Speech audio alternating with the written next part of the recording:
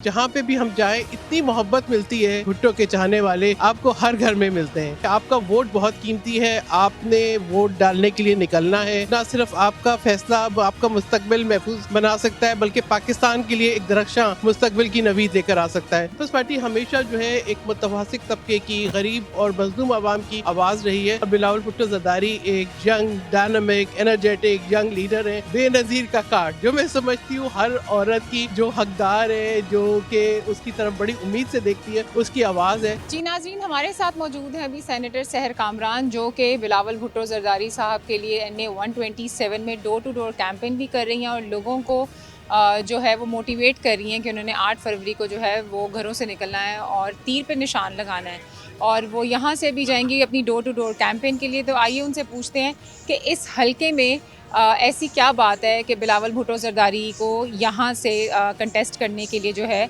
वो पार्टी की तरफ से भी एक ग्रीन सिग्नल दिया गया और या फिर ये उनकी अपनी चॉइस थी। जी मैडम। जी, सबसे पहले तो बहुत शुक्रिया आपका। और जो इसकी सिग्निफिकेंस है इस हल्के की, ये वो हल्का है जहाँ से शहीद जुल्फ़िकार अली भुट्टो ने इलेक्शन लड़ा था और इलेक्शन जीते थे।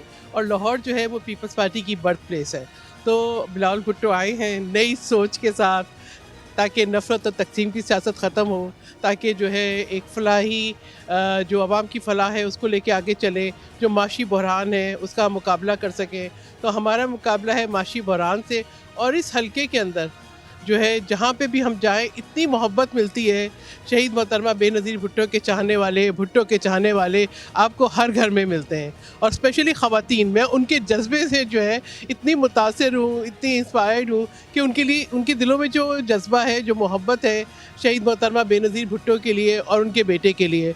तो पीपल्स पार्टी का वोटर बहुत है यहाँ पर। अब जो आपने बात की थी आखिर में कि हम उनको ये कोशिश कर रहे हैं, उनको मोटिवेट करें कि आपका वोट बहुत कीमती है। आपने वोट डालने के लिए निकलना है, क्योंकि आपका वोट ना सिर्फ आपका फैसला अब आपका मुस्तकबिल महफूज बना सकता है, बल्कि पाकिस्तान के लिए एक दरख्शां मुस्तकबिल की नवीद लेकर आ सकता है। बिलावल भुट्टो जरदारी का जो मंशूर है, और वो मैं समझती हूँ कि पीपल्स पार्टी ने हमेशा इसको साबित किया है कि जब भी पीपल्स पार्टी आई है आमदनी में इजाफा हुआ है। और अब भी बिलावल भुट्टो जरदारी के जो 10 मेन नुकात हैं उसमें यह है कि 5 साल में आमदनी का दुगना करना। इसी तरीके से न्यूक्लियर पावर प्लांट की बुनियाद जो है वो शहीद जुल्फ़िकार अली भुट्टो ने डाली थी। तो बिलावल भुट्टो जरदारी का वादा है कि मुस्तहक लोगों अफराद को 300 यूनिट तक फ्री बिजली दी जाएगी। इसी के साथ साथ जो है ग्रीन पार्क्स बनाए जाएंगे, ताकि जो है हम जो है अफोर्डेबल बिजली दे सकें लोगों को। जो मतलब ये जो एक क्राइसिस है लोड शेडिंग का, इसका मुकाबला कर सकें।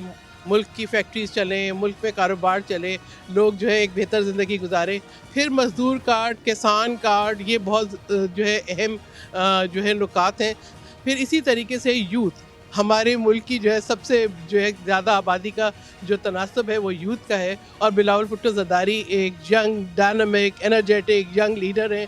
और मैं समझती हूँ वाहिद इंटरनेशनल लेवल के लीडर हैं इस उम्र के, जो मैं समझती हूँ कि पाकिस्तान पीपल्स पार्टी के चेयरमैन बिलावल भुट्टो जरदारी। और उनका स्पेशल फोकस है कि यूथ सेंटर्स बनाए जाएँ, जहाँ पे हम नौजवानों को ना सिर्फ वोकेशनल ट्रेनिंग दें, उनकी कैरियर काउंसलिंग करें, उनकी रहनुमाई करें, इंडस्ट्रीज से लिंक करें उन यूथ सेंटर्स को। वो फुली इक्विप्ड हों, उनके अंदर तमाम फैसिलिटीज़ हों, डिजिटल भी, इंटरनेट की भी। और इसी तरीके से हम उनको जो है आसान जो है बिलासूद कर्जे दें। और उनको जो है जब तक नौकरियां नहीं मिलती, जब तक उनके रोज़गार का कोई सिलसिला नहीं बनता, तो 1 साल तक स्टाइपेंड दें ताकि वो सस्टेन कर सकें। तो ये एक जो है ना नौजवानों के लिए तो एक बड़ा प्रॉस्परस किस्म का और एक बड़ा प्रोग्रेसिव प्रोग्राम है, ताकि यही हमारी स्ट्रेंथ है, इन्हीं को हमने आगे लेके चलना है। तो उनकी अवेयरनेस भी हो, उनको ट्रेनिंग भी हो, उनके लिए मौके भी तलाश किए जाएँ और उनको सपोर्ट भी किया जाए। तो youth card and youth centre. एक चीज़ मैं आपसे पूछना चाहूँगी, आपने मतलब मैनिफेस्टो जो है वो बहुत डिटेल में एक्सप्लेन किया है, जो आप लोगों को जा के बता भी रही हैं। लेकिन NA 127 जो कि मुस्लिम लीग नवाज़ का गढ़ माना जाता है, जिसमें शाइस्ता परवेज़ मलिक साहब जो हैं वो यहाँ से जो है वो इलेक्ट हो चुके हैं पहले। तो ये हल्का किस बुनियाद पे सिलेक्ट किया गया? यही मतलब एरियाज़ क्यों सिलेक्ट किए गए और ऐसी क्या मतलब उनको एश्योरेंस है या उनको बिलीव है कि ये लोग बाहर निकलेंगे और लाहौर जैसे शहर में से जिसको कहते हैं जी मुस्लिम लीग नवाज़ का बहुत ज़्यादा स्ट्रॉन्ग होल्ड होल्ड है यहाँ पे, वहाँ पे वो निकलेंगे और तीर पे जो है वो मोहर लगाएंगे? देखिए, मुस्लिम लीग नवाज़ ने 40 साल हुकूमत तो कर ली, लेकिन आज भी आप जाके ज़रा गली कूचों में देखें जितना निगलेक्टेड ये हल्का है।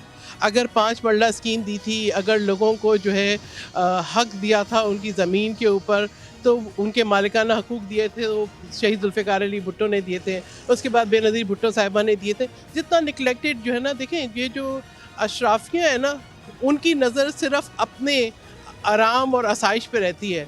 उन्होंने मोटरवे तो ज़रूर बनाए होंगे, मगर ये हल्का जो है जितना नज़रअंदाज है, यहाँ पे अब हम गए हैं, जहाँ पे भी जाए आपको स्लम एरियाज़ नज़र आते हैं, सीवरेज के मसाइल नज़र आते हैं। आप जो है ना, लोग कच्ची आबादियों में हैं, उनकी रेगुलराइज़ नहीं हो सकी, तो ये जो है ना बड़ा निगलेक्टेड है। अगर ऐसा ही कोई रेवोल्यूशन होता तो मुझे 1 to 7 के अंदर इस तरह के इलाकों से नहीं गुजरना पड़ता। मैं तो वो ढूंढ रही हूँ, वो पेरिस जिसका ये दावा करते नज़र नहीं आया मुझे 1 to 7 की गलियों में।